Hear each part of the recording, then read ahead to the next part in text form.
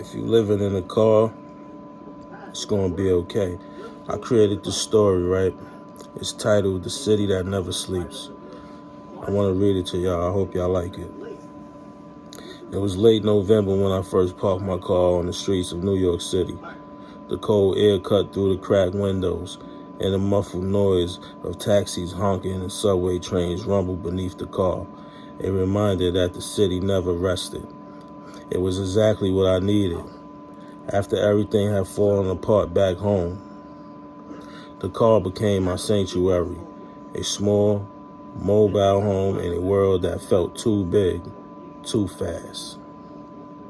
I had sold my apartment in the suburbs, said goodbye to the place I called home for years, and drove straight to the city, my heart pounding with both excitement and fear.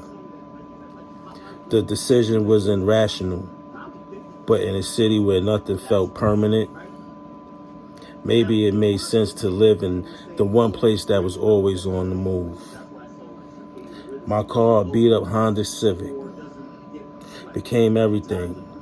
It held my clothes, my books, a small cooler for groceries, and a sleeping bag that barely kept out the cold that night. I would find a quiet street in Brooklyn, or a hidden spot near Midtown, hoping the police wouldn't knock on the window, asking me to move.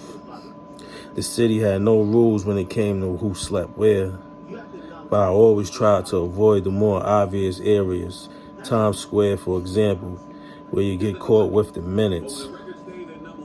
Morning was a blur of trying to find a coffee shop with Wi-Fi to start the day. Sometimes I'd shower at a gym or sneak into a public restroom at one of the parks. I learned quickly that every corner of New York City had its own rhythm, its own set of unwritten codes. People in Midtown rushed to catch the trains, and the homeless seemed like part of the furniture in the subway. The difference between me and them was just a few missed opportunities. A bad break. I wasn't really homeless, just housing insecure, as I like to joke. But even that felt like a stretch some days. By midday, the city felt alive in ways I couldn't quite explain. Street vendors hawked everything from fake Rolex. Street vendors hawked everything from fake Rolex watches to a dollar slice of pizza. The energy here was contagious. I'd stand by the corner of Fifth Avenue watching the chaos unfold, feeling small in the best way. There were moments when I hated it, the loneliness that comes from not really belonging anywhere, the feeling that your entire life is in a parking spot on some random block. But the city also offered something raw, something beautiful in its brutal honesty. New York didn't ask why I was here. It didn't care.